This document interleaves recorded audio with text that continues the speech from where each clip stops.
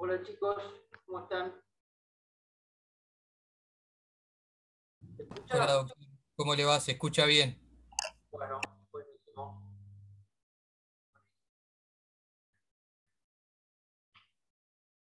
Ya estamos, ¿eh?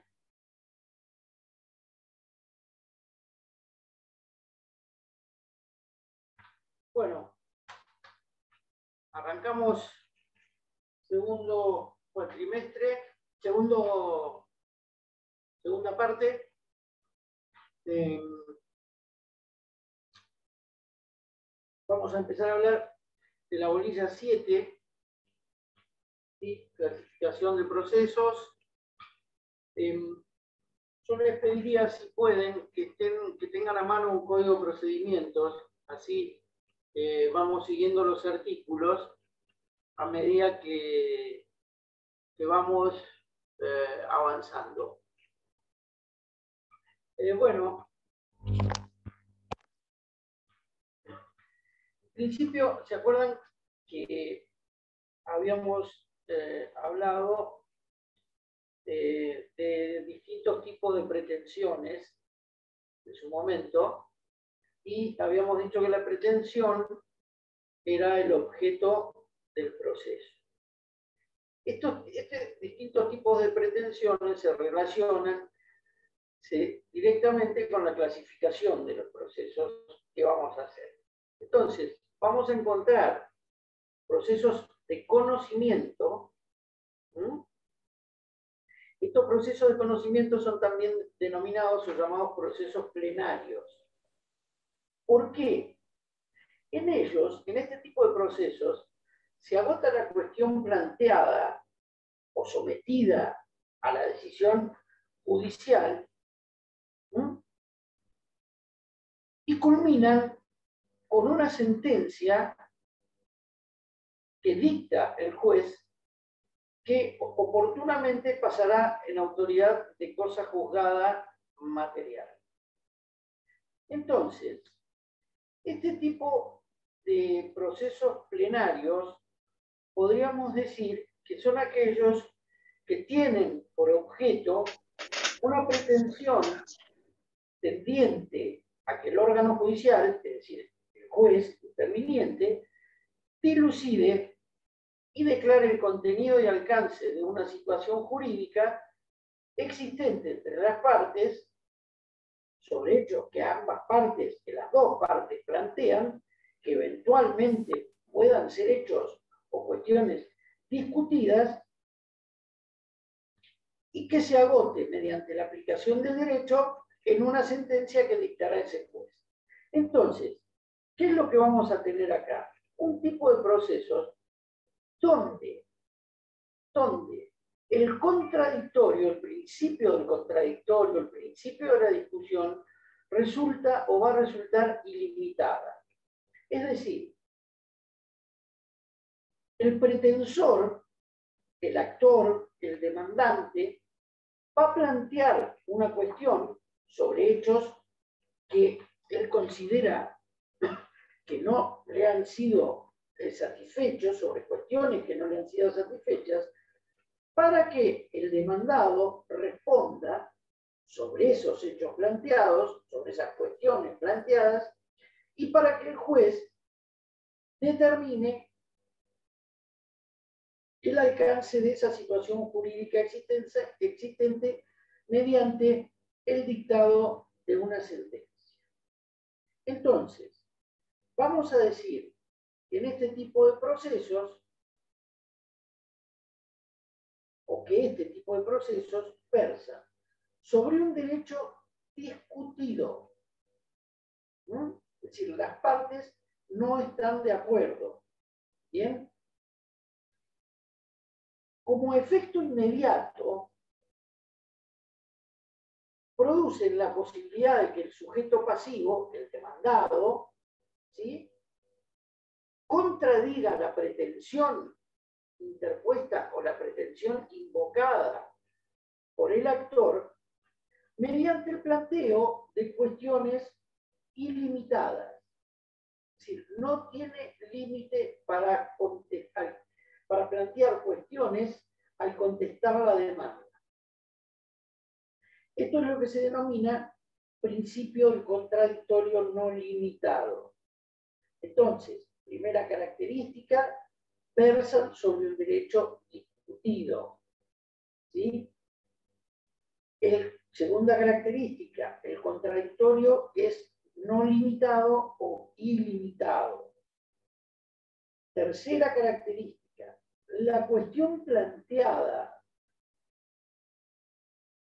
a la dilucidación judicial o sometida a la decisión judicial se agota con una sentencia que oportunamente pasará en autoridad de cosa juzgada. Es decir, agotada la vía, la sentencia se vuelve inimpugnable, inmodificable. ¿Sí? Estos procesos son estos procesos de conocimiento o plenarios son los procesos ordinarios, artículo 319 del CPC, sumarios, artículo 320 del CPC, sumarísimos, artículo 321 del CPC, y la declaración de certeza, artículo 322 del CPC. Es decir, 319 a 322 vemos contemplados los procesos plenarios, procesos de conocimiento o plenarios, y son los, reiteramos, ordinarios, sumarios, sumarísimo y declaración de certeza. Ahora bien, en principio, ahora vamos a meternos en los procesos, específicamente en los procesos de conocimiento. Estos procesos de conocimiento se diferencian de los procesos de ejecución, que son otro tipo de procesos, ¿no? En tanto y en cuanto en los procesos de ejecución se persigue el cumplimiento de una sentencia de condena, ¿sí? Proceso ejecutivo judicial, o el pago de una deuda líquida y exigible que según la ley puede traer o traiga aparejada ejecución. Estos son los títulos ejecutivos extrajudiciales. Perdón, ¿puede repetirlo? Sí. En los de ejecución se persigue el cumplimiento de una sentencia de condena, la sentencia judicial que dictó un juez oportunamente, que condenó al demandado a abonar o a cumplir con determinada prestación, que serían los procesos ejecutivos judiciales, o bien el pago de una deuda líquida y exigible que según la ley traiga aparejada ejecución. Estos son los procesos ejecutivos denominados extrajudiciales. Cheque, pagaré, letra de cambio, expensas. Después vamos a verlos cada uno en particular, ¿sí? ¿Qué diferencia hay entre estos y los procesos de conocimiento? En los procesos de conocimiento dijimos que el debate es ilimitado, el contradictorio es ilimitado, es amplio, no hay límites para la discusión.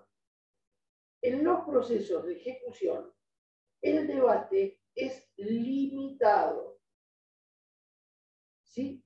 Y se remite solo a los aspectos extrínsecos del título, ¿no? Ya vamos a ver que en este tipo de procesos no puede discutirse la causa de la obligación, por ejemplo, ¿no? No puedo discutir por qué firmé el cheque o por qué entregué el pagaré. ¿Sí? Sí puedo discutir si el cheque o el pagaré, por nombrar alguno de ellos, instrumentos que traen aparejada ejecución, tienen alguna deficiencia formal en su aspecto extrínseco que los haga impugnables. ¿Intrínseco o extrínseco, doctor? ¿Cómo? ¿Intrínseco o extrínseco? Que no llegué a escuchar. a la forma en que está emitido. Pero no te compliques ahora porque después lo vamos a ver. Lo importante acá es que ustedes registren que en los procesos de conocimiento el debate es amplio e ilimitado. En los procesos de ejecución es limitado. ¿Está? Bueno, después vamos a encontrar otros tipos de procesos que menciona expresamente el Código de Procedimiento Civil y Comercial, como son los procesos especiales, los procesos universales y los procesos extracontenciosos o peticiones extracontenciosas, como lo denominan algunos autores. Entre los procesos especiales podemos encontrar la declaración de incapacidad, la rendición de cuentas, el proceso de desalojo, ¿no? Después vamos a ir viendo no cada uno de ellos, sino mencionándolos. Y entre los procesos universales vamos a encontrar las sucesiones, ¿sí? Sucesión testamentaria y sucesión ad intestato, es decir, sin testamento, que afecta el derecho universal de las personas, ¿sí? Y el concurso civil, que afecta el patrimonio de las personas. Entre los procesos extracontenciosos o peticiones extracontenciosas podemos encontrar, por ejemplo, la declaración de ausencia, la autorización para contraer matrimonio. Bien, bueno, entonces, vamos a volver sobre los procesos de conocimiento. Dijimos que los procesos de conocimiento son el ordinario, el sumario, el sumarísimo y la declaración de certeza. Doctor, ¿le hago una consulta? ¿Sí?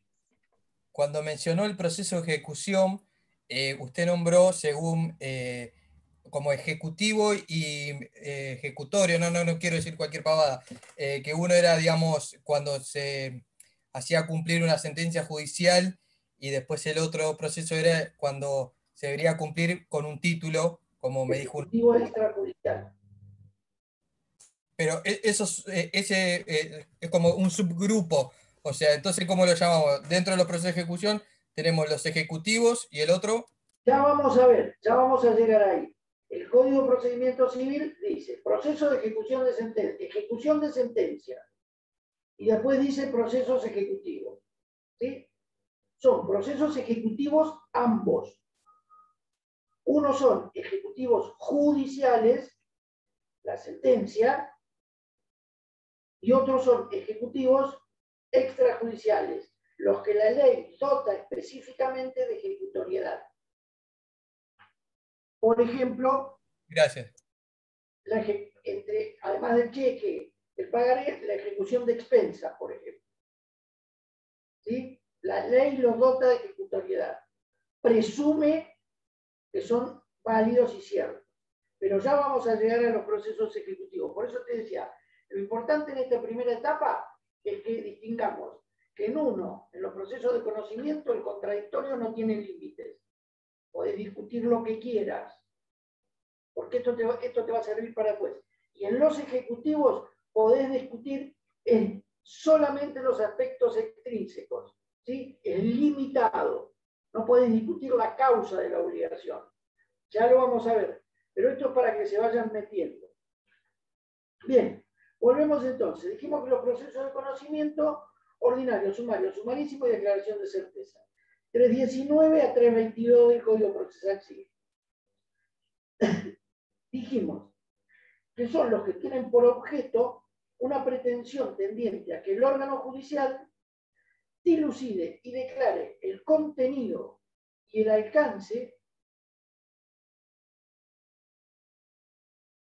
de los hechos planteados por las partes, eventualmente contradictorios, eventualmente discutidos. ¿Sí? ¿Y cómo lo hacen? Mediante el dictado, mediante la aplicación del derecho y la aplicación de una sentencia. A ver, ¿a qué vamos acá? ¿Qué es lo que nos interesa? Que sepan distinguir que hay distintas clases de procesos. Volvemos sobre lo mismo. uno donde se puede discutir todo y le pedimos al juez que determine y dicte una sentencia sobre un derecho discutido, ¿sí? En donde ambas partes no estamos de acuerdo, no nos ponemos de acuerdo. Eventualmente decimos, no es así. Entonces resuelva usted mediante la aplicación del derecho.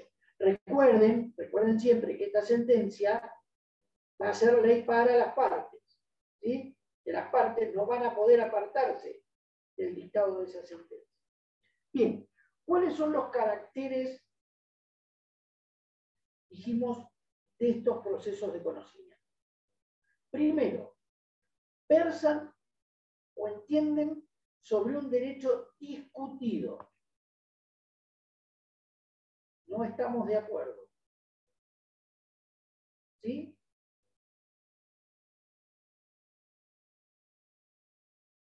El contradictorio es ilimitado. Podemos discutir cualquier cosa. Siempre referida a la cuestión planteada, por supuesto. ¿Sí? Como efecto inmediato, producen la posibilidad de que el sujeto pasivo, el demandado, contradiga la pretensión mediante el planteamiento de cuestiones, reiteramos, ilimitadas. Adviertan que jorobo y remarco ilimitadas, ilimitadas, ilimitadas. ¿Sí? Perdón. ¿Podría repetir cuando dijo que contradiga? Sí.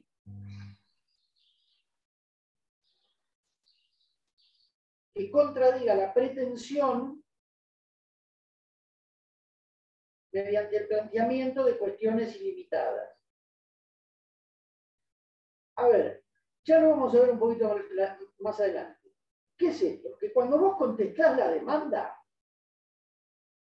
yo te interpongo una demanda de daños y perjuicios. ¿Sí? ¿Por qué? Porque chocamos en la esquina de Independencia y Colón.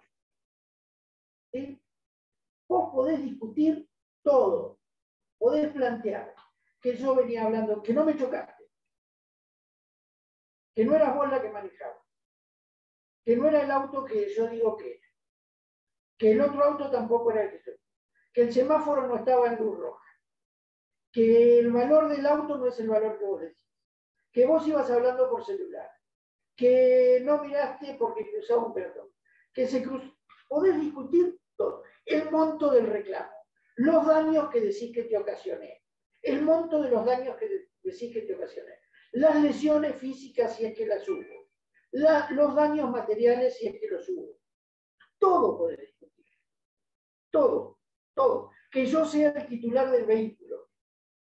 ¿Te das cuenta? En un daños y perjuicios.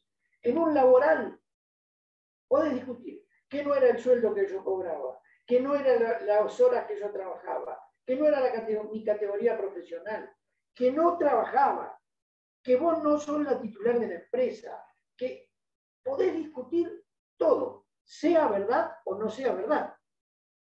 Después el juez, mediante el desarrollo del proceso, determinará si asiste la razón a una parte o a la otra. ¿Sí? Pero vos podés discutir todo, todo, todo, todo, todo. Bien. Tercera característica.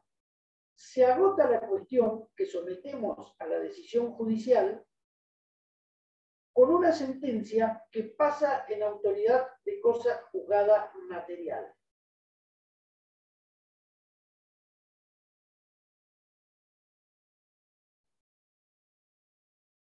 Es decir, una vez que esta sentencia, ya vamos a verlo cuando hablemos de cosa juzgada, quedó firme y consentida, es decir, se agotaron los recursos, no se interpusieron, se declararon desiertos, lo que fuese, una vez que la sentencia quedó firme y consentida, esa sentencia resulta inimpugnable, ya no se puede volver sobre el tema.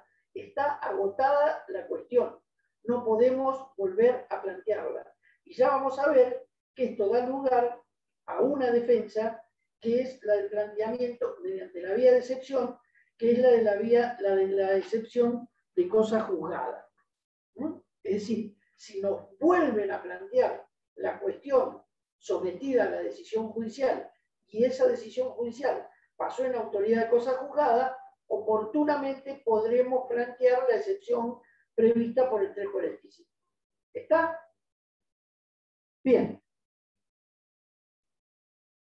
Entonces, ya hablamos de los efectos. ¿Cuál es el principio general previsto por el Código de Procedimiento Civil y Comercial? Artículo 319. El 319 nos dice, principio general, todas las contiendas que no tuvieran una tramitación especial serán ventiladas en juicio ordinario, salvo cuando este código autorice al juez a determinar la clase de proceso aplicable. Entonces, cuando ustedes les preguntan cuál es el principio general en materia de procesos, el principio general es que todas las actuaciones tramitarán por juicio ordinario. Todas las que no tengan contempladas un procedimiento especial. A renglón seguido, el 320 nos dice, tramitarán por juicio sumario. Inciso primero, los procesos de conocimiento hasta la suma de un valor equivalente a 4.500 ius, exceptuados los de competencia de la justicia de paz. Primer inciso, el valor del ius es un porcentaje del sueldo del salario del miembro del juez de corte de Suprema Corte de la provincia de Buenos Aires. En este momento es 3.360 pesos. Es decir, que a 4.500 ius, aproximadamente todos los procesos que no lleguen a 15 millones de pesos, aproximadamente un poco más de 15 millones, tramitan por la vía sumaria. A posteriori, en los incisos siguientes, si tienen el código a mano, dice, cualquiera sea el monto de las controversias que versen sobre pago por consignación, división de condominio, cuestiones entre copropietarios surgidas de la administración, cobro de crédito por alquileres, cobro de medianería, obligación de otorgar escritura pública y resolución de contrato, obligación exigible de dar cantidad de cosas ciertas, suspensión del ejercicio de la patria potestad, pedido de fijación de plazo para el cumplimiento de la obligación cuando no se hubiera celebrado en el acto constitutivo, daños y perjuicios derivados de los delitos y cuasi delitos, cancelación de hipoteca, restitución de cosa dada en comodato, cuestiones relacionadas con la tenencia de menores, los demás casos que la ley establece. Es decir, que si bien el principio general es el de que todo proceso de conocimiento tramita por proceso ordinario, hay un sinnúmero de procesos que tramitan por el procedimiento sumario. La diferencia, después vamos a ver, entre el procedimiento ordinario y el procedimiento sumario son varias, pero entre otras son los tiempos y las modalidades dentro de las cuales se desarrolla el proceso. Bien, aquí hay una diferencia con el Código Procesal Civil de la Nación que la señala el programa, que la pide el programa. El Código Procesal Civil de la Nación, también en el artículo 319, elimina la tramitación del juicio sumario, suprimiendo el artículo 320. De la Nación estamos hablando, Suprime el 320 e incorpora el 319, segundo párrafo,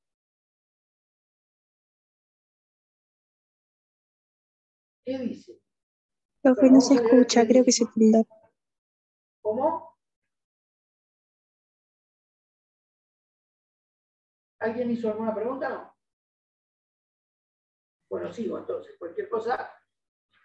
El 319 del Código Procesal Civil de la Nación dice que todas las contiendas que no tuvieran señalado una tramitación especial serán ventiladas en juicio ordinario. ¿Estamos? Suprime el 320, que es el del juicio ordinario, y dice, incorpora un segundo párrafo al 319. Cuando las leyes especiales remitan al juicio sumario o proceso sumario, se entenderá que el litigio tramitará conforme el procedimiento del juicio ordinario.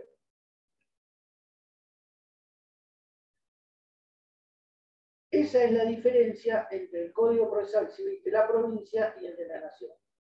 El Código Procesal Civil de la Nación suprime el proceso sumario y remite a que todos los casos en que el código indique que tramitará por juicio sumario, se entenderá que el litigio debe tramitar el proceso ordinario. Bien.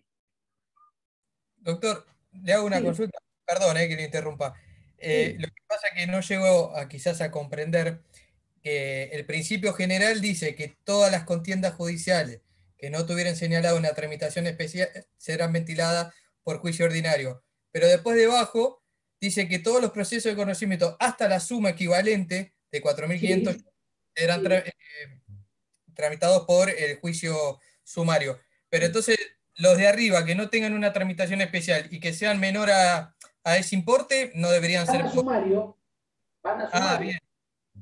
Todos los que sean hasta 4.500. Los que no superan los 15 millones o 15 millones y pico, o los 4.500 IU, vamos a ponerle, porque esto va cambiando a medida que van aumentando los sueldos, va cambiando, van al sumario. Ok, salvo que tenga definido una tramitación especial. Los que, claro, porque, por ejemplo, no sé, el juicio de desalojo tiene una tramitación especial, por ejemplo. ¿Sí? O el juicio de desalojo por cobro por alquileres adeudados y no va a llegar nunca, pero tiene una tramitación especial. Bueno, entonces, principio general, proceso ordinario. Hasta la suma de 4.500 y un sumario y los que tengan una tramitación especial. ¿Está? Bien. Ahora, este tipo de procesos de conocimiento, como todo proceso, inicia con la interposición de la demanda. ¿Sí? El proceso inicia con la interposición de demanda. Si bien, en algunos casos, pueden practicarse lo que se llaman diligencias preparatorias, ¿sí? Eso está contemplado en el 323, diligencias preliminares o preparatorias. Perdón, ¿es lo mismo que medidas preparatorias? Sí, o preliminares. Sí.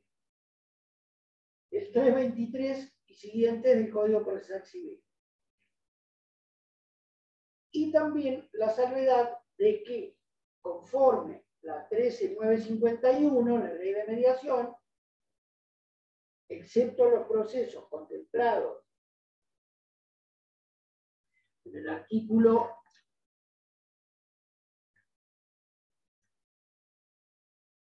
4, todos los demás procesos van a ser sujetos a mediación. Entonces, ¿qué va a pasar con esto? si ustedes interponen una demanda que debió ser sometida a proceso de mediación y no adjuntan el acta de cierre de mediación, el juez lo va a rechazar in limine y lo va a mandar a que cumplan con la mediación. ¿Está? Entonces, si bien nosotros decimos que la demanda es el acto de iniciación del proceso, debe previamente, en los casos en que exija la ley, cumplirse con la mediación previa. ¿Está? Bien. Entonces, vamos a decir que la demanda es el acto de petición. Le están mediante- preguntando algo, profesor, ahí. Ay, no escucho. Está bajito. Pero... A ver. Perdón, no sé si se escucha. Ahora sí. Que no entendí bien qué son las diligencias preliminares preparatorias. Mirá el artículo 323. Ok. 323, 324, 325, hasta al 329. Bien. Pero no te compliques con esto. No te compliques. Las diligencias preparatorias son medidas que vos podés realizar que sean necesarias para aclarar algunos aspectos que a vos te puedan servir para interponer la demanda, que no los tenés claros. Entonces, por ejemplo, el 323, en uno de los incisos, dice, por ejemplo, que se exhiba un testamento cuando el solicitante se crea heredero. Entonces vos decís, previamente a iniciar el juicio sucesorio, propongo esta diligencia preliminar, esta medida preparatoria, porque si estoy en el testamento soy heredero, entonces puedo iniciar la demanda. Pero si no estoy en el testamento, no soy heredero testamentario, entonces, ¿para qué voy a iniciar la demanda? Entonces te aclaran a vos una cuestión que vos no tenés clara o determinada. ¿Sí? Por ejemplo, que se cite el reconocimiento en una obligación de rendir cuentas. ¿Sí? Vos decís, la padula tiene que rendirme cuentas. Bueno, cítelo previamente a ver si me tiene que rendir cuentas. Si me tiene que rendir cuentas, inicio el proceso de rendición de cuentas. ¿Está? ¿Está claro? Muy bien, muchas gracias. ¿Eso Bien. entra con una planilla por receptoría también? Entra o... como cualquier proceso judicial. Se le pone diligencias preliminares o medidas preparatorias, o ahí te marca la planilla impresa, la planilla electrónica de receptoría te marca, vos marcas ahí y así ingresa. Le sortean juzgado, todo igual que si fuera una demanda. ¿Sí? Bien. Vos fíjate. O sea que, perdón, doctor, o sea que quien puede resolver la medida preliminar a veces no es el mismo que va a resolver luego la demanda. No, sí, después sí termina. Bien. Pero no se enrosquen con esto. Porque no se enrosquen porque además no se pregunta. ¿Está?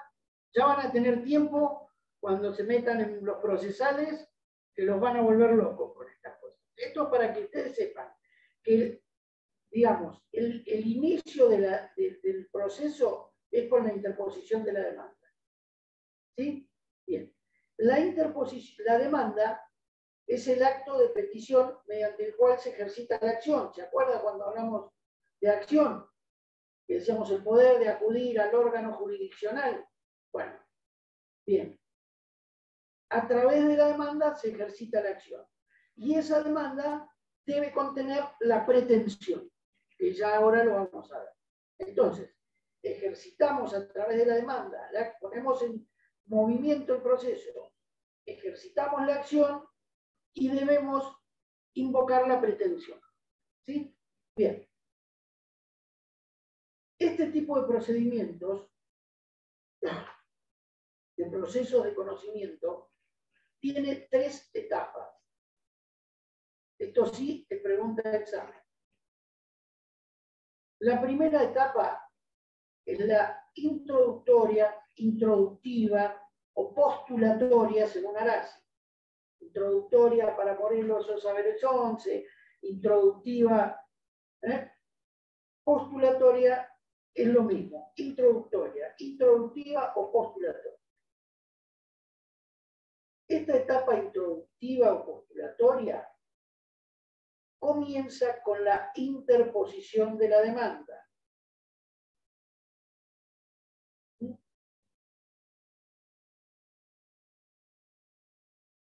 Acuérdense lo que hablamos recién de la mediación previa y lo demás.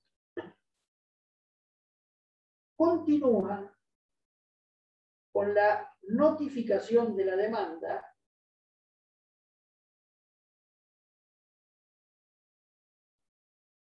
y la contestación de la demanda si la hubiere.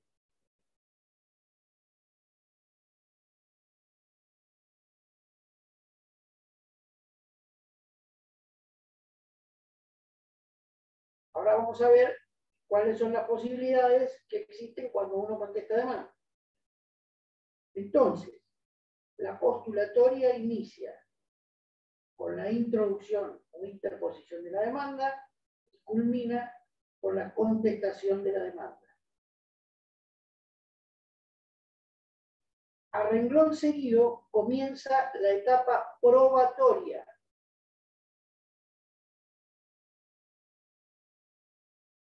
La etapa probatoria, artículo 358,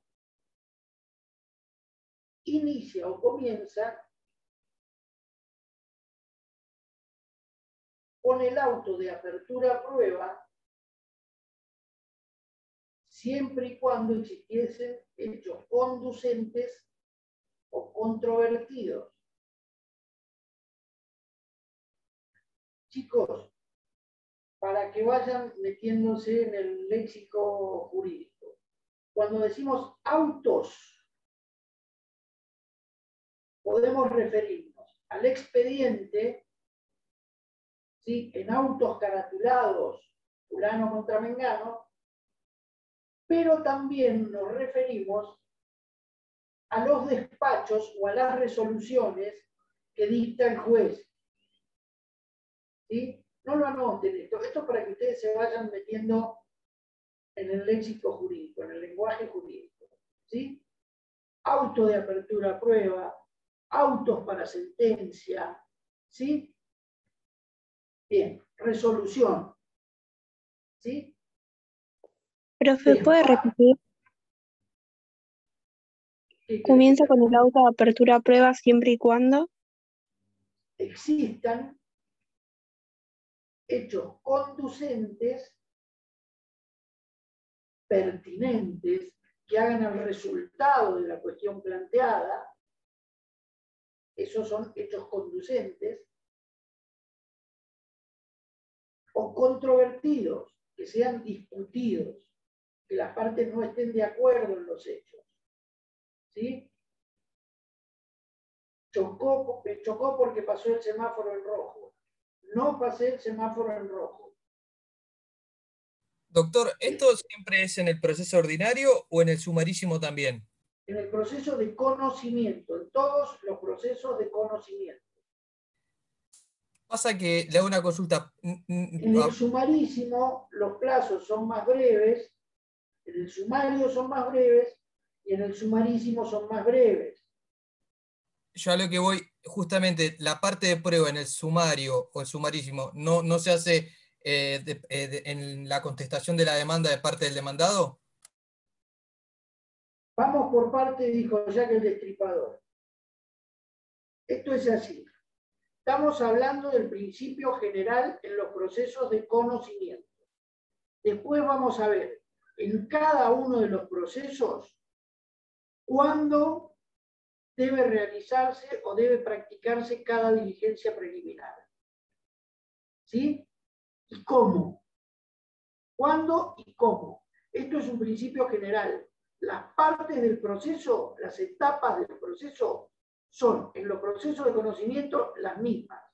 Unas se pueden hacer en 40 días y otras se pueden hacer en un tipo de proceso ordinario. Son 40 días, en otros son 60 y en otros son 5. Pero las etapas son las mismas. Inicio demanda, contesto a demanda, etapa introductoria, abro el proceso a prueba, inicia la etapa probatoria, concluye la etapa probatoria con el dictado de autos para sentencia. ¿Está? Sí, yo lo entiendo y lo entendía. Era más que nada mi pregunta, porque en la parte introductoria, cuando usted dijo cuándo culminaba esa etapa, era la contestación de la demanda. Y yo se me vino a la cabeza eso, de que cuando en el proceso sumario la contestación de la demanda va junto con la prueba, me generó esa duda. O sea, es como que también está comenzando la segunda parte, una cosa así. No, la segunda parte inicia con el auto de apertura a prueba. No cuando vos ofreces la prueba. Ahí está mi error. Perfecto, listo. Cuando el juez después... Vos ofreces la prueba, ya vamos a ver, por eso te digo que no te apures. En el proceso ordinario lo ofreces en una etapa. En el proceso sumario lo ofreces en otra. Perfecto, ahí entendí. ¿Sí? Gracias. No cuando vos ofreces, cuando se dicta el auto de apertura a prueba. Y ahora lo vamos a ver. Esta etapa probatoria concluye con la providencia del dictado de la resolución de autos para sentencia. Se desarrolla toda la etapa probatoria y cuando el juez, ya vamos a ver en qué momento, dicta o llama autos para sentencia, concluye la etapa probatoria. Con el llamado de autos para sentencia, queda cerrada toda discusión, todo tipo de discusión. Las partes, ya vamos a ver en el proceso ordinario, presentarán sus alegatos, en el otro tipo de procesos no, pero ahí queda concluida toda discusión. Las partes no pueden presentar más escritos, no puede producirse más pruebas, no puede realizarse ningún otro tipo de actuación judicial, salvo las que el juez pueda ordenar en virtud de las facultades instructorias. ¿Qué quiere decir esto? Yo no puedo presentar más escritos como parte, no puedo producir más pruebas como parte, no puedo alegar nada más del llamado auto para sentencia. ¿Está? Pero el juez, una vez llamado auto para sentencia, lo puede tomar y puede decir: no me queda clara esta cuestión porque no se produjo tal prueba. Por ejemplo, no vino un informe del Departamento de Tránsito de la Municipalidad de General Pueyrredón. No me dice si la calle era a mano, era doble mano, si era de tierra, si no era de tierra, qué pasaba. ¿Sí? Que lo pidió una de las partes. Entonces el juez puede decir: retiro los autos de sentencia y pido que se produzca, en virtud de las facultades instructorias, ordeno que se produzca esta prueba. Producida la prueba, vuelve autos para sentencia. Pero no, ni a pedido de las partes, ni por las propias partes, sino en virtud de las facultades instructorias del juez. ¿Está? Bien. Con el llamamiento de autos para sentencia, comienza la etapa decisoria.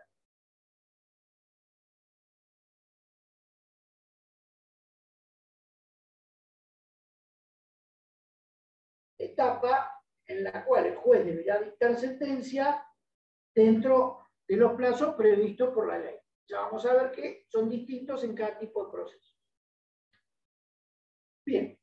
¿Cómo comienza la etapa decisoria, doctor? Disculpe. Perdona, ¿cuándo? Claro, ¿cómo comienza la etapa decisoria? Que Llamamiento de autos para sentencia.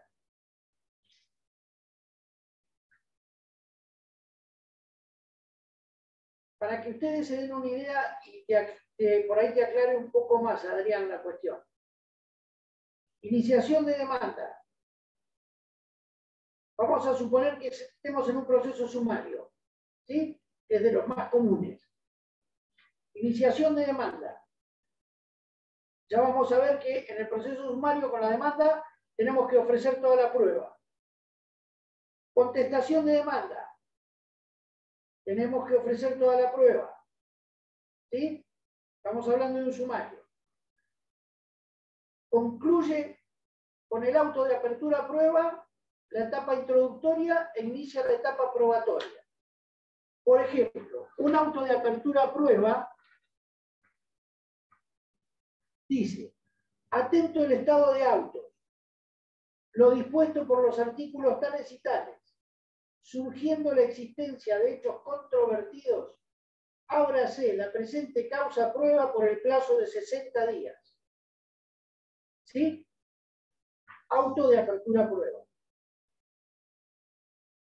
Con este auto concluyó la etapa introductoria e inició por 60 días la etapa probatoria. ¿Sí? Bien. Otro auto de apertura a prueba. Esto es un proceso abreviado, en un proceso sumario que después vamos a ver. A continuación, se procede a proveer las pruebas ofrecidas y a fijar de común acuerdo el plan de trabajo para la materialización de los distintos medios de prueba que deberán producirse con antelación a la vista de causa, la que se fija para el 28 de marzo del 2022 a las 11 horas. ¿Sí? Auto de apertura a prueba. Seguidamente dice: proveyendo la prueba que se llevará a cabo en la vista de causa que se fijará oportunamente. Parte actora, confesional, parte demandada, confesional, testimonial, informativa, provee todas las pruebas ofrecidas. Auto de apertura a prueba. ¿Está? Bien. Y le hago una consulta más. Cuando el juez da los 60 días, dentro de esos 60 días uno tiene que ir como adjuntando o se Por supuesto, toda la prueba, hasta los 60 días, podés practicarla y adjuntarla. Si vencieron los 60 días, perdiste la prueba. Si no la adjuntaste o no la acompañaste, perdiste la prueba. Él ahí va a dar una fecha para la audiencia. Depende del tipo de proceso. No te apures, porque vas muy apurado. Depende del tipo de proceso. ¿Sí? En el proceso laboral, porque en esta que te leí, que era de un proceso laboral, dice: fíjese la fecha de vista de causa para el 26/6 de 1922, de 2022. Pero vos tenés 60 días para producir la prueba. La audiencia va a ser dentro de 7 meses, 8 meses. ¿Sí? Pero vos también podés pedir prórroga de esos plazos de prueba. Como vamos a suponer, las reparticiones oficiales tienen 30 días para contestar los oficios, los informes, más 30 días de ampliación. Se te pasaron los 60 días. ¿Sí? O se te pueden pasar si no te los contestan.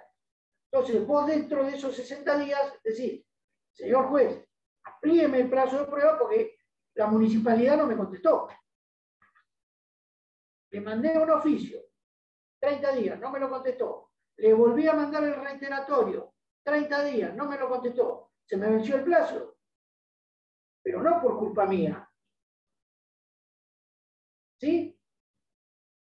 Yo puse de mi parte toda la diligencia necesaria como para que la prueba se produzca. ¿Está claro? Pero ya lo vamos a ver eso. Quédate tranquilo que ya lo vamos a ver. Lo que tiene que estar es toda la prueba producida para la vista de causa. ¿Sí? Esto, estamos hablando del proceso sumario. ¿Sí? En el ordinario se van fijando las audiencias a distinto tiempo, pero te reitero, ya lo vamos a ver cuando entremos en cada tipo de proceso. Estamos hablando de principios generales. Estamos hablando de las etapas del proceso: introductoria o postulatoria, probatoria y decisoria. Introductoria iniciación de demanda, concluye con la contestación de demanda. Probatoria, inicia con el auto de apertura a prueba, concluye con el llamamiento de autos para sentencia. El llamamiento de autos para sentencia, por ejemplo, en un proceso que tengo acá, dice: encontrándose agregados los alegatos presentados, conforme lo solicitado, pasen los autos a despacho para dictar sentencia. Concluyó la etapa probatoria. Pasen los autos para dictar sentencia. Inicia con el llamamiento de autos para sentencia. Esto es el llamamiento de autos para sentencia. ¿Está? Las tres etapas tienen que estar claras. Pregunta de examen. ¿Sí? Bien. Entonces, ahora vamos a ir introduciéndonos por poco tiempo más en los distintos tipos de procesos. Previo a eso, vamos a hablar de los requisitos generales, ¿sí?, de la interposición de la demanda. Artículo 330. Forma de la demanda. Ya dijimos que la demanda es el acto de iniciación del proceso. Tiene o debe cumplir requisitos formales, requisitos fiscales y requisitos sustanciales.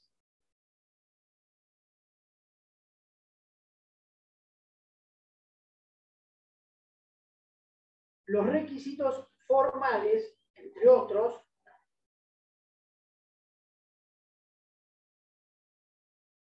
los formales son la forma en que debe interponerse, en que debe presentarse la demanda, artículo 118,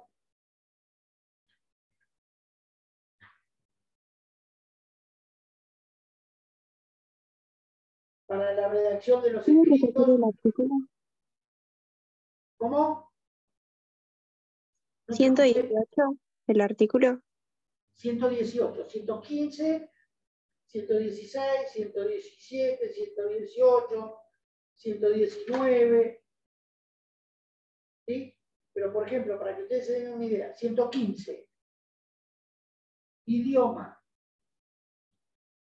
La demanda debe ser interpuesta en idioma nacional, ¿sí? Requisito formal. Cuando no fuese, bueno, después dice que cuando no fuese conocido el idioma nacional, el juez podrá requerir o designar a un traductor. Redacción, 118. Confeccionarse con tinta azul o negra, esto ya no existe más, el manuscrito. O a máquina con caracteres legibles y sin claros. Encabezarse con la expresión del objeto, el nombre de quien la presente, está firmado por los interesados. ¿Sí? Estos son requisitos formales. Requisitos fiscales.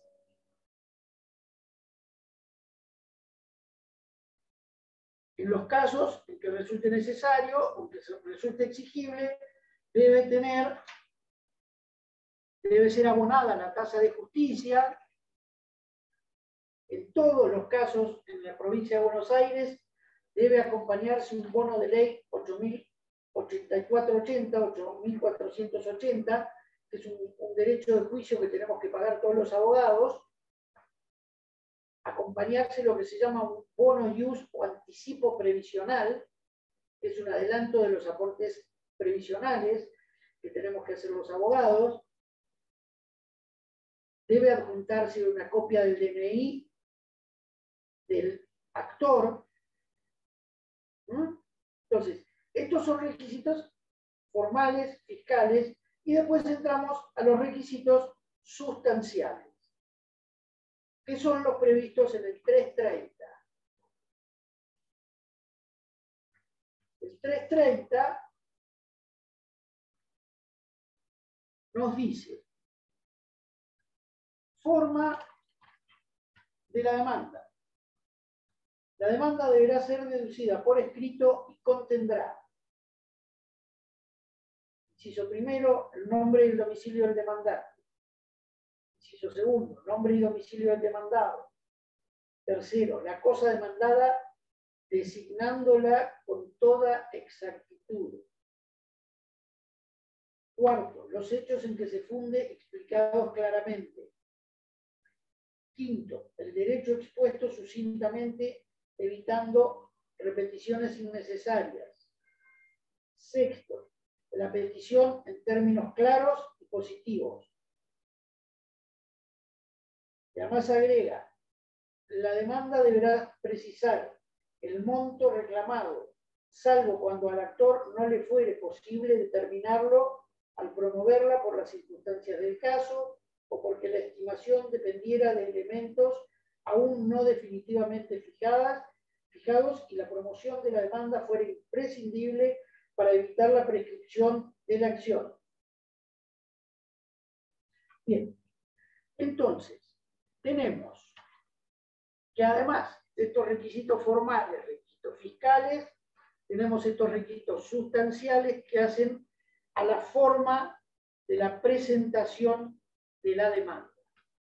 ¿Sí? Bien. ¿Cuáles son las consecuencias de la interposición de la demanda? Primero, pone en ejercicio la acción, ya lo habíamos dicho, el derecho de peticionar. Reclama del órgano jurisdiccional una decisión favorable a quien la interpone. Determina la voluntad petitoria, postulatoria del accionante. Determina la pretensión. Y fija sus límites. Determina la voluntad postulatoria y fija sus límites. Ya vamos a ver esto después por qué.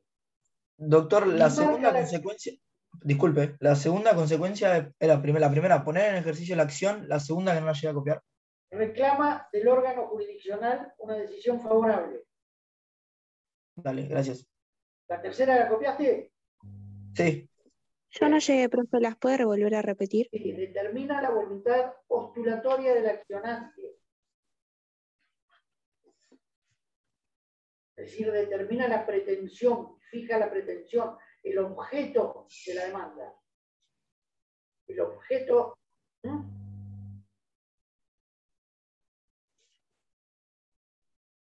Y fija sus propios límites. Es decir, no solo determina la voluntad postulatoria, sino que además fija sus límites. Hasta acá llego con la pretensión. Dale, muchas gracias. Bien. Cuarto. Perdón, una pregunta. Dice, fija límites, pero la pretensión después se puede ampliar o no. No, ¿No se puede? no. Para eso está la demanda. No, en alguno de los manuales interpreté que se podía, por ahí lo leí mal entonces. No, vos lo que podés hacer, en virtud de lo dispuesto por el segundo párrafo del 330, después de todos los incisos, fíjate que dice que cuando no podés determinar el monto, ¿sí? Por determinadas circunstancias, podés hacerlo después. Cuando esté sujeto a determinadas circunstancias. Vamos a suponer que vos tenés un accidente de tránsito. ¿Sí? Tenés un plazo de 2 años para interponer la demanda. Vos ya sabés que tuviste fractura de tibia y peroné, fractura de rodilla y fractura de cadera. Pero todavía no te pusieron la prótesis de cadera. Y llegan los 2 años. Entonces vos decís, yo por la fractura de tibia y peroné puedo determinar la cuantía del asunto. Por la fractura de rodilla o la rotura del ligamento puedo determinar la cuantía del asunto. Pero por la rotura de cadera, por la fractura de cadera, no, porque todavía no terminé con el tema de la cadera. No sé si me tienen que poner prótesis, si no me tienen que poner, si voy a quedar con dificultades para caminar, si no voy a poder volver a caminar.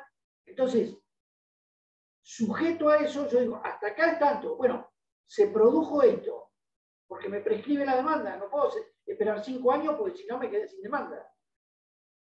Me quedé sin acción. ¿Sí? Entonces, eso por ahí es lo que interpretás que podés ampliar. Podés ampliar la demanda también, ahora vamos a ver, antes de notificarla. Antes de que yo me entere lo que vos me pedís a mí, de que me notifiquen a mí de tu demanda, podés ampliarla. Porque hasta que yo no estoy notificado, no se produce una de las consecuencias del proceso, que es la traba de la litis. Entonces, antes de la traba de la litis, vos podés ampliar tu demanda. ¿Sí? Vamos a suponer que yo sea un abogado burro, o medio burro, porque soy chiquito. Entonces, decís, inicia demanda, o que estás apurado porque te prescribe. Inicia demanda, uy. Decís, qué salame, me olvidé de poner el daño, de agregar el daño moral. Entonces, te dice, traslado de la demanda por el término de 15 días. No, momentito, no de traslado. Amplío demanda. Porque me olvidé de tal cosa. ¿Está? Antes de la traba de la litis, ya lo vamos a ver, vos podés ampliar. Traba de la litis es cuando la otra parte está notificada. ¿Sí? Y le empieza a correr el plazo para contestar la demanda. ¿Está? Bien. Profe, ¿qué artículo era ese para anotarlo? ¿Cómo? ¿Qué artículo era el de que se Ninguno. podía cambiar antes de la traba de la litis? Ninguno. Ah, bien. O sea, perdón, doctor, sí o sí, antes que el juez corra traslado al demandado, No. digamos. Antes que el juez corra traslado al demandado, no. Antes que sea notificado el demandado. Y bueno, y usted como abogado defensor, ¿cómo sabe que está a tiempo o no está a tiempo? O sea, se va a presentar y va a decir, quiero ampliar, y le va a decir, no, ya fue. No. Ya A ver, vamos a ponernos de acuerdo. Inicio demanda. ¿Sí? Inicio demanda. El juez dice, por presentado y por parte, téngase al compareciente de la presente demanda, córrase traslado por el término, ponele que es un sumario, de 10 días. Para que el demandado se presente a estar a derecho y la conteste dentro del expresado plazo. ¿Sí? ¿Está? Sí. Hasta ahí ordena el traslado de la demanda. Yo soy el abogado de la parte actora. ¿Sí? Al final de ese despacho dice, notifíquese. Tengo que notificar yo. Yo soy el abogado de la actora. Antes de notificar, yo me doy cuenta que me olvidé de algo. Entonces, antes de notificar, digo, amplío demanda. Antes de que vos te enteres que tenés juicio iniciado. Sí, está bien, ¿sabe qué me pasó ahí? O sea, me olvidé la parte, o lo que estoy entendiendo es como que, digamos, el abogado, usted como abogado defensor, tiene que notificar a la otra parte. Yo pensé como que directamente se notificaba del juzgado. No. La notificación la hace el abogado de la actora, el peticionante, cuando considera que están en condiciones las cosas. El juez la ordena. ¿Sí? Me puedo haber olvidado de agregar un documento. Entonces digo, previo a traslado de la demanda, agrego tal documento. ¿Pero por qué lo puedo hacer? Porque vos todavía no estás notificado, entonces no violo el derecho de defensa. Perfecto, sí, no, sabe que todavía lo que pasa, creo que todavía notificaciones no vimos y ahí me olvidé. Y bueno, pero vamos despacito, por eso, no se apuren, no se apuren. Sería desistimiento del proceso, ¿no? ¿Cómo? Sería desistimiento del proceso, ¿no? No, no tiene nada que ver, ¿No? nada que ver. Desistir del proceso es dejar el proceso sin efecto. El que no siga el proceso adelante. Acá estoy ampliando, pero no se metan, no se enloquezcan, chicos, con esto. Estamos en las consecuencias o en los efectos de la interposición de la demanda. Ya vamos a ir metiéndonos en esto. Ya vamos a ver modos, o lo habrán visto, modos anormales de terminación de proceso, el desistimiento de la acción o el desistimiento de la acción y del derecho. Pero no se compliquen con esto. Vayan por partes, despacito, todo en su medida y armoniosamente, decía un general de la nación. ¿Sí? Bien. Entonces, vamos de nuevo. Empezamos de nuevo y concluimos acá, porque ya nos estamos extendiendo mucho. Consecuencias de la interposición de la demanda. Interposición de la demanda. Después vamos a ver las consecuencias de la notificación de la demanda. Esto es de la interposición de la demanda. Pone en ejercicio la acción. Reclama una decisión favorable del órgano jurisdiccional. Determina la voluntad postulatoria y fija los límites. Enmarca la contestación de demanda. Sobre lo que yo postulo me van a contestar, no sobre otra cosa.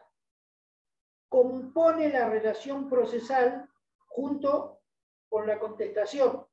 Demanda y contestación componen la relación procesal. ¿Sí? Y en consecuencia, la prueba que se va a producir respecto a esto no va a poder ser otra que la planteada en la interposición y en la contestación, que lo que dijo el actor y lo que le dijo el demandado. ¿Sí? Le pone límite, le pone un marco a la prueba a producirse.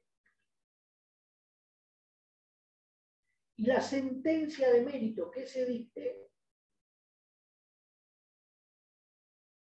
debe ajustarse a esta composición de la relación procesal. No puede ir menos de lo requerido, pero no puede ir más allá ni por fuera. ¿Sí? Ya lo vamos a ver también. ¿No? Entonces, compone la relación procesal junto con la contestación de la demanda. Por último, interrumpe los plazos de prescripción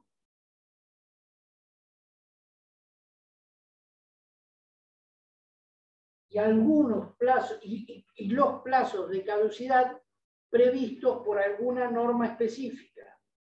Por ejemplo, la de 525 del Código Civil y Comercial de la Nación, que nos dice: la acción para reclamar la compensación económica caduca a los 6 meses de haberse producido cualquiera de las causas de finalización de la convivencia enumeradas en el 523. El 523 es causas de cese de la unión convivencial. Es decir, que ante el cese de una unión convivencial por cualquiera de las causas previstas, yo tengo 6 meses para interponer la demanda como plazo de caducidad, no de prescripción. Entonces, interrumpe la interposición de la demanda los plazos de prescripción, por ejemplo, como dijimos, para un daños y perjuicios, 2 años, lo interpongo al año, interrumpo el plazo de prescripción. Y también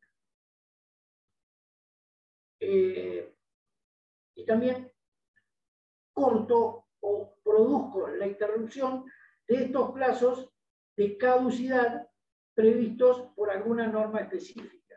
¿Sí?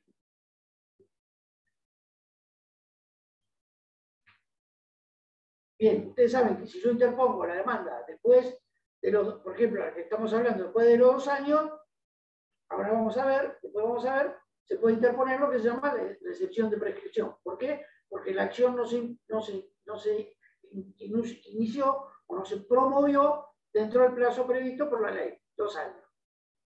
Después lo van a ver en civil, existen formas de interrupción de la prescripción, de los plazos, suspensión de los plazos, interrupción, pero no es el caso de él. Y si no interpongo dentro de los 6 meses del cese de la unión convivencial, pierdo el derecho también a interponer la acción. Bien. Por último, en todos los casos, con la interposición y con la contestación de demanda, debo adjuntar toda la prueba documental de que pretendo valerme. ¿Sí? Después lo vamos a volver a ver. Entonces, cortamos acá y la clase que viene arrancamos con el 330, forma y requisitos procesales de la demanda. ¿Sí? Profe, Sí, profe. ¿Sí? caso, por ejemplo, de que se adjunten las pruebas, pero que después surja una que es determinante para el juicio, pero no. No te escuché, perdona, a ver, dale de nuevo.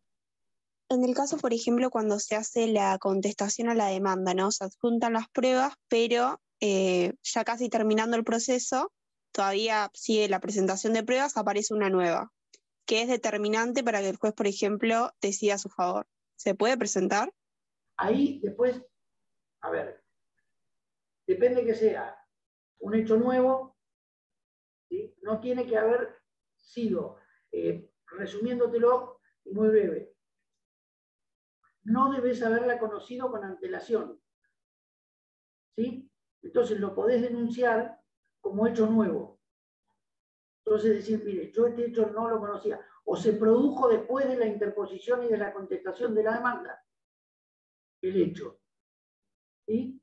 Entonces, ahí sí, y el juez merituará, si es hecho nuevo, le van a dar traslado a la otra parte, y el juez merituará si lo podés agregar o no lo podés agregar.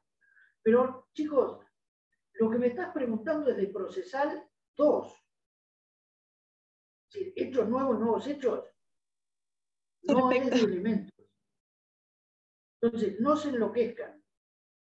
No se enloquezcan. ¿Sí? Profe, es igual que los hechos nuevos para recusar al juez, ¿no?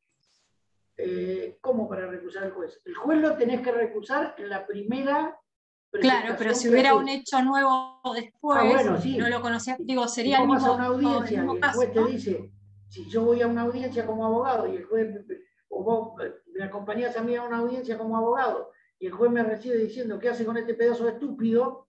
Sí, lo recuso. ¿O a qué lo trajo este marmota acá? ¿O este delincuente? Bueno, sí, te recuso. ¿Está?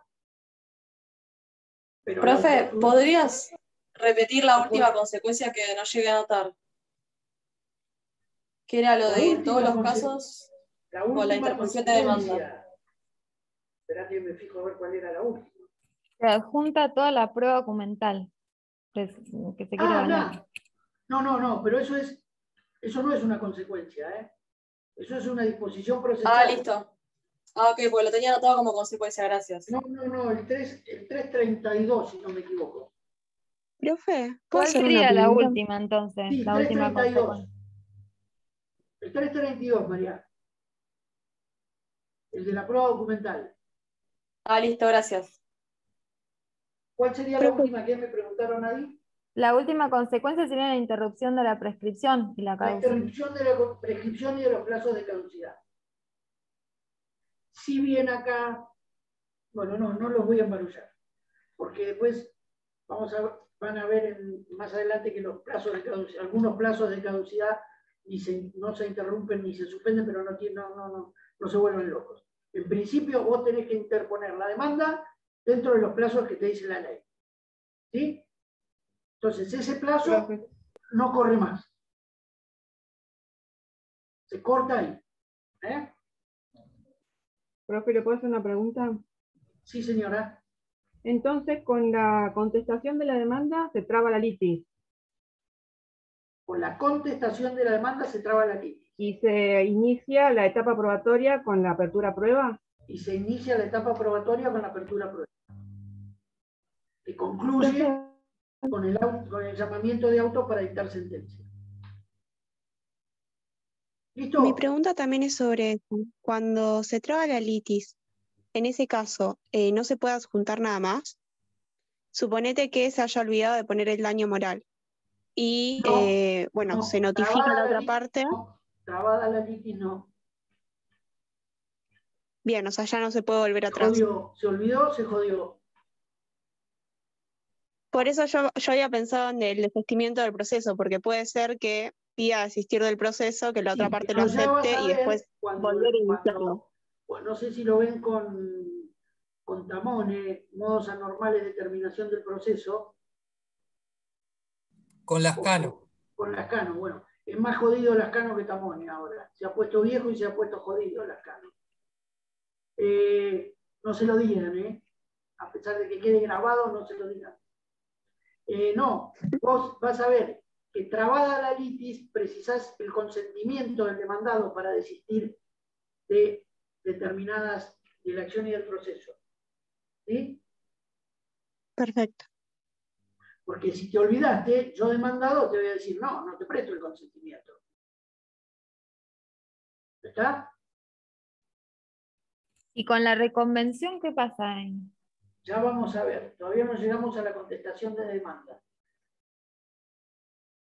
¿Sí? Lo vamos a ver la clase que viene.